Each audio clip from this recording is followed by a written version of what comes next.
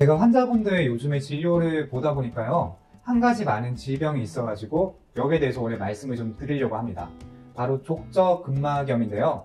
자, 족저, 발바닥, 그러니까 족이 발이잖아요. 족발할 때 족발, 그 족저, 발 아래 근막. 자, 족저근막, 발바닥 쪽에 있는 근막을 얘기하는데요. 말 그대로 바로 발바닥이 아픈 이 통증 때문에 병원에 가보면 되게 많이 진단받는 질병 중에 하나가 족저근막염의 진단을 되게 많이 받으세요. 특히 요즘에는 뭐 이제 구두도 많이 신으시고 또 이제 뭐 트레킹 하거나 아니면 이제 뭐 조깅 하거나 이렇게 많이 뛰고 걷고 러닝머신 뛰거나 이러면서 이 발바닥에 통증이 심해가지고 나 미칠 것 같다 이렇게 얘기해서 오시는 경우가 되게 많습니다. 그래서 이 족저근막염에 대해서 오늘 좀 얘기를 좀 한번 해보려고 하는데요.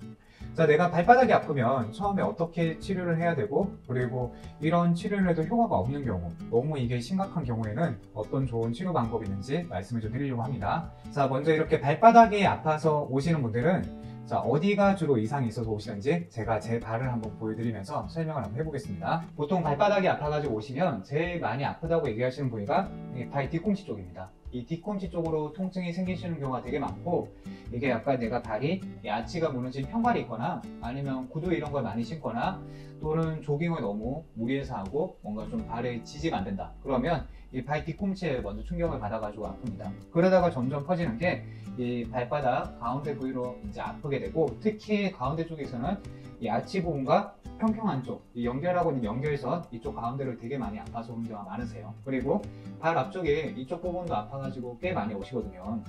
그래서 보통 통증이 퍼지는 양상이 이 발 뒤꿈치부터 가운데, 앞쪽 이렇게 쭉 따라서 퍼지고, 자, 그러면 이 발바닥만 아프냐? 아닙니다. 이 발 뒤꿈치가 아프면서 여기 뒤꿈치에서는 이 뒤쪽으로 해가지고 여기가 보통 뭐 영화 같은 데 보면 아킬레스 힘줄 뭐 끊었다 뭐 이런 영화 뭐 내용 나오잖아요.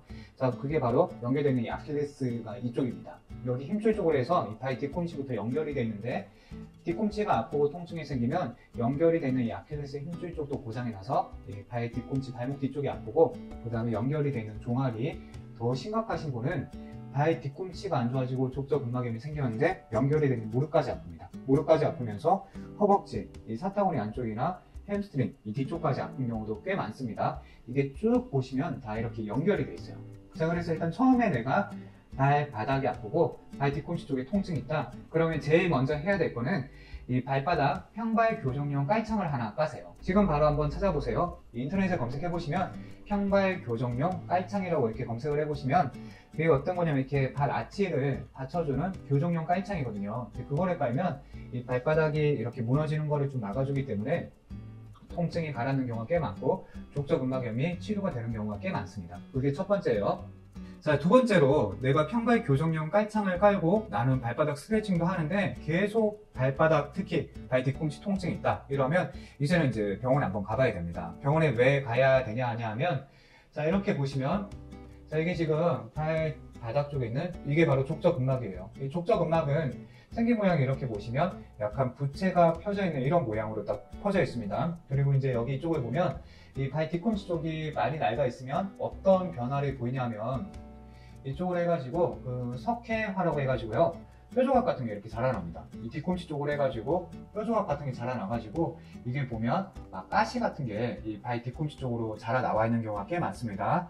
근데 이런 거는 이제 뭐 육안으로 확인할 수는 없고 엑스레이를 찍어봐야만 알기 때문에 이제 병원에 가가지고 엑스레이를 찍어보고 내가 보니까 발 뒤꿈치 쪽으로 뭐 뼈조각 이렇게 가시 같은 게 자라 나와 있다 이러면 조금 심각하다고 이제 판단을 해야 되는 거고요.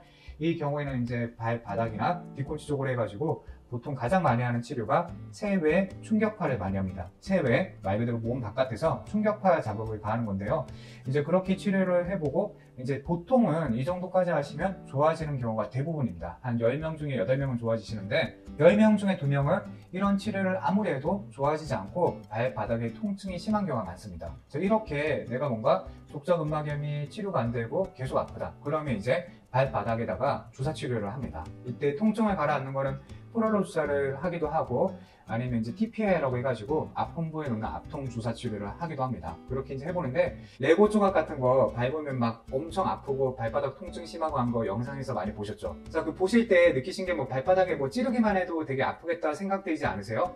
맞습니다. 이 발바닥은 주사 치료할 때 통증이 엄청 심해요. 그래서 웬만하면 처음에 바로 주사 치료를 권유를 드리진 않고 이렇게 물리치료나 약으로 좀 먼저 해보다가 안 되면 이제 통증 주사를 하거든요.